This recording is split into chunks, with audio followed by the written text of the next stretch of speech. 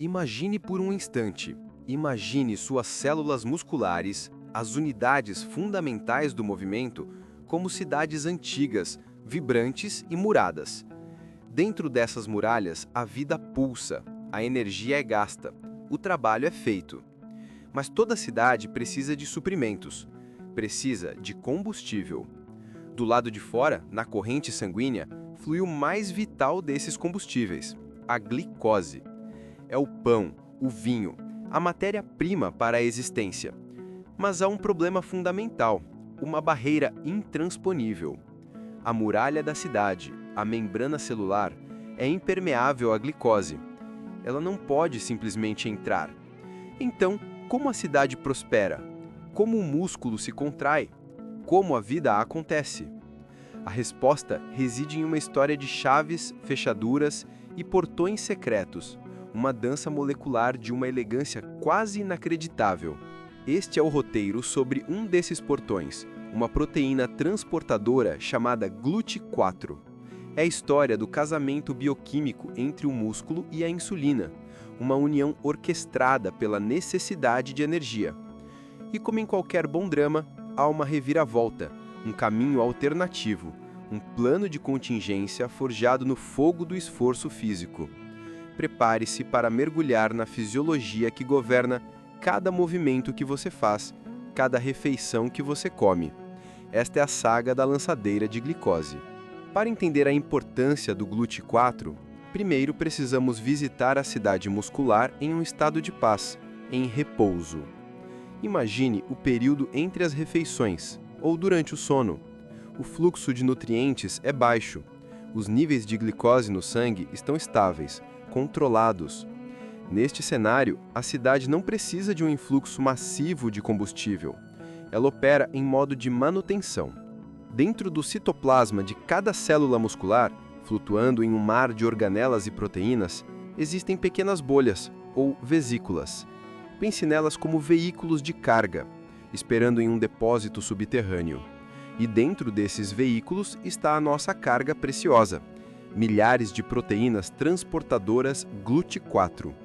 Elas estão sequestradas, mantidas longe da superfície, longe da muralha da cidade. Elas estão inativas, esperando por um sinal.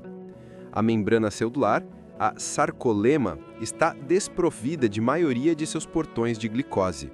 A cidade está efetivamente com os portões fechados. Isso é crucial. Se os portões estivessem sempre abertos, a glicose entraria sem controle, inundando a célula e causando um caos metabólico, uma condição conhecida como toxicidade da glicose. O controle é a chave para a homeostase. Agora, o cenário muda. Uma refeição rica em carboidratos é consumida. Pães, massas, frutas, açúcares. O sistema digestivo quebra esses carboidratos em sua forma mais simples, a glicose. A glicose é absorvida pelo intestino e inunda a corrente sanguínea. O nível de açúcar no sangue, a glicemia, sobe vertiginosamente. Este aumento é um sinal de alerta para o corpo, um chamado à ação. No pâncreas, um órgão aninhado atrás do estômago, células especializadas chamadas células beta sentem este aumento. Em resposta, elas liberam um dos hormônios mais importantes do corpo humano, a insulina. A insulina é a chave mestra. Milhões de moléculas de insulina são despejadas na corrente sanguínea, viajando como mensageiros para todos os cantos do corpo.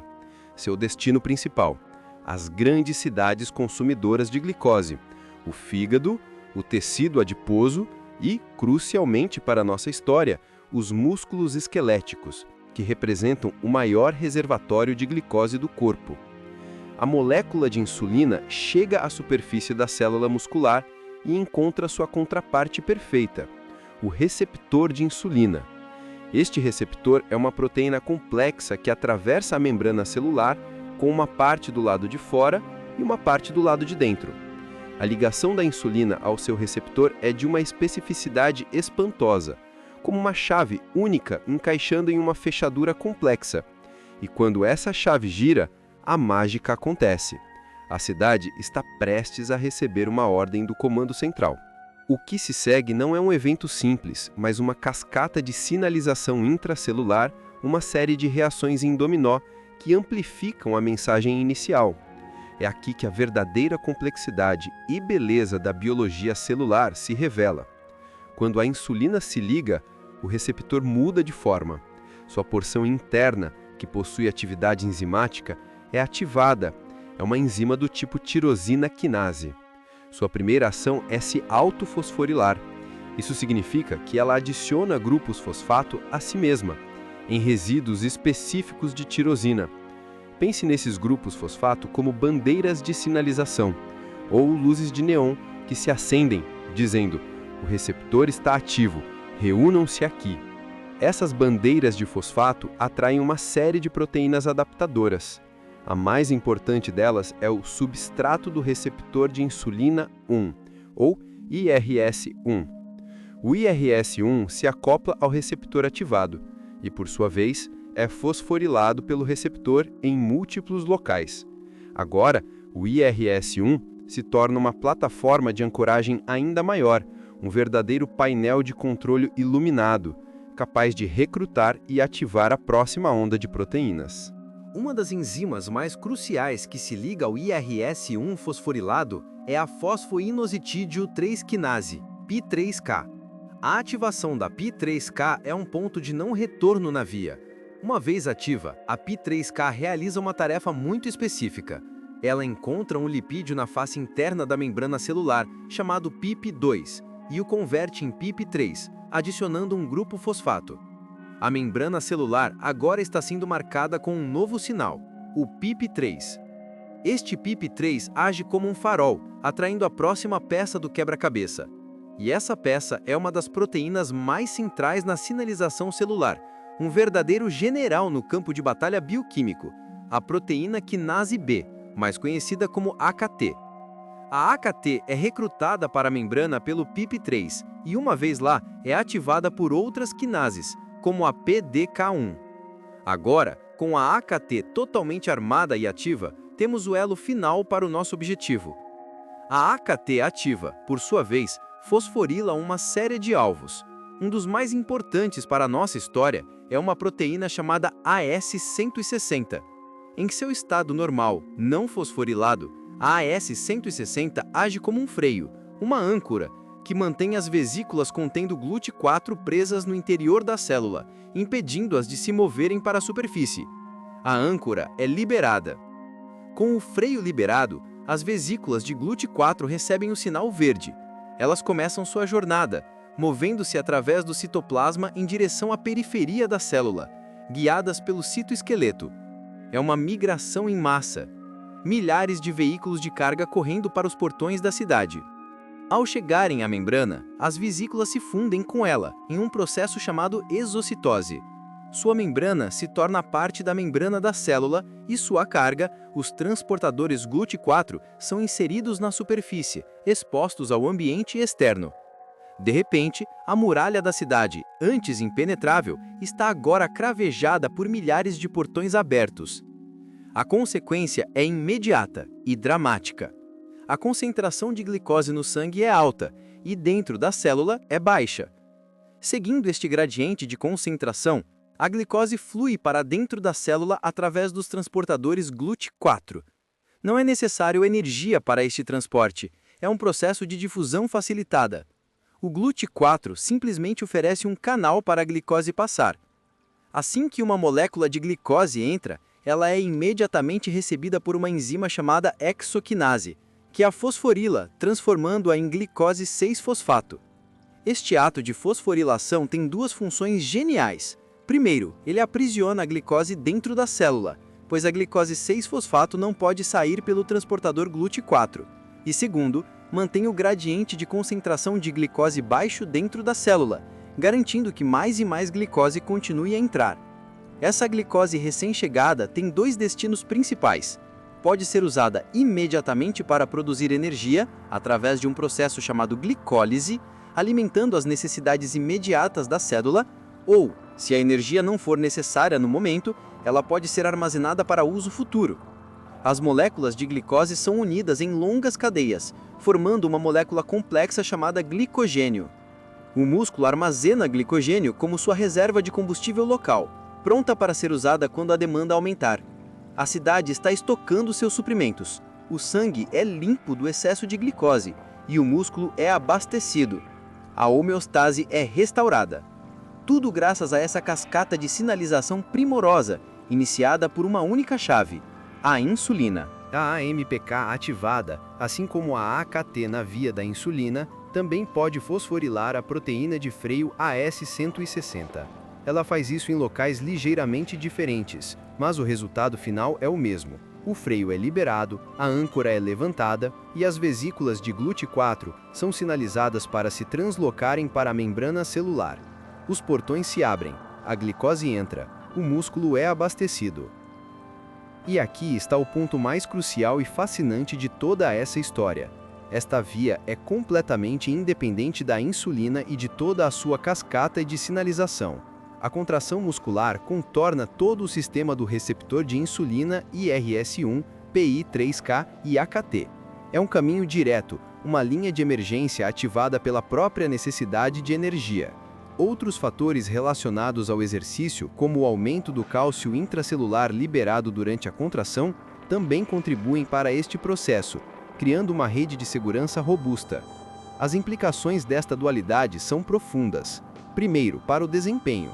Durante o exercício prolongado, os níveis de insulina tendem a cair. Se o músculo dependesse apenas da insulina, sua capacidade de captar glicose diminuiria justamente quando ele mais precisa. O mecanismo ativado pela contração garante que o músculo possa continuar a se abastecer independentemente do estado hormonal. É um mecanismo de sobrevivência brilhante. Mas a implicação mais poderosa está no campo da saúde e da doença. Considere o diabetes tipo 2. A característica central desta condição é a resistência à insulina.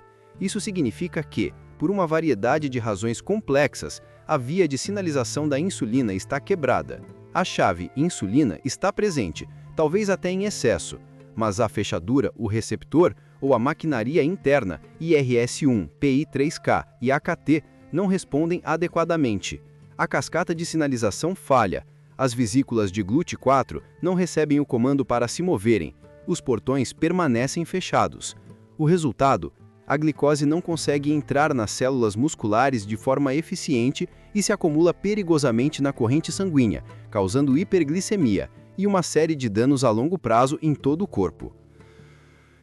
E é aqui que o exercício entra como um herói terapêutico. Quando um indivíduo com resistência à insulina se exercita, ele ativa a via da AMPK, ele usa o caminho alternativo.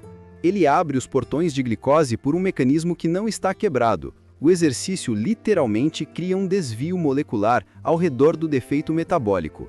É por isso que uma simples caminhada após uma refeição pode ter um impacto tão poderoso na redução dos níveis de açúcar no sangue, em diabéticos. Não é mágica, é fisiologia, é a AMPK fazendo seu trabalho. Mas a história, no entanto, não termina com um único treino. A verdadeira beleza emerge com a consistência. O treinamento regular, seja de força ou aeróbico, induz adaptações crônicas que transformam a célula muscular em uma máquina de gerenciamento de glicose ainda mais eficiente. Primeiro, o treinamento regular aumenta a sensibilidade à insulina. As células musculares se tornam mais responsivas à chave. A cascata de sinalização da insulina se torna mais robusta. Isso significa que o pâncreas precisa liberar menos insulina para realizar o mesmo trabalho de limpar a glicose do sangue. Isso reduz a carga sobre o pâncreas e é um dos marcadores mais importantes da saúde metabólica. Segundo, e talvez ainda mais impressionante, o treinamento físico regular sinaliza para o núcleo da célula muscular. Ele ativa fatores de transcrição como o PGC1-alfa, que são os mestres reguladores da biogênese mitocondrial e do metabolismo. Esses fatores de transcrição dão uma ordem direta ao DNA da célula: construa mais. E uma das coisas que a célula constrói em maior quantidade é a própria proteína GLUT4. Isso mesmo, um músculo treinado tem um estoque total maior de transportadores GLUT4 em suas vesículas de armazenamento. Voltando à nossa analogia, A cidade não apenas se torna mais eficiente em abrir os seus portões, mas ela literalmente constrói mais portões e os armazena em seus depósitos, pronta para instalá-los na muralha quando o sinal chegar. Isso significa que, tanto em resposta à insulina quanto ao exercício, um músculo treinado pode translocar mais portões para a superfície, permitindo uma captação de glicose muito maior e mais rápida. Seu corpo se torna uma esponja de glicose. E assim, a história do GLUT4 se completa. Não é apenas a história de uma proteína, mas a história de um sistema elegante, redundante e adaptável, que ilustra a profunda interconexão entre o que comemos, como nos movemos e a intrincada maquinaria em cada uma de nossas células. É um lembrete de que não somos passageiros passivos em nossa própria biologia. Cada refeição é um sinal hormonal. Cada sessão de treino é uma conversa molecular com nossas células. Estamos constantemente esculpindo nossa fisiologia, para o bem ou para o mal. O casamento do músculo com a insulina, mediado pelo GLUT4, é um dos pilares da nossa saúde metabólica. E o exercício é o conselheiro matrimonial que mantém essa relação forte, saudável e resiliente, oferecendo um caminho alternativo quando a comunicação falha. É um exemplo de niilismo otimista em sua forma mais pura. O universo pode ser indiferente, mas dentro de nós existe uma ordem e uma lógica de uma beleza estonteante. Uma lógica que podemos entender e, mais importante, que podemos influenciar. A lançadeira de glicose está sempre esperando pelo sinal da insulina ou pelo comando poderoso da contração, esperando para abrir os portões e alimentar a vida.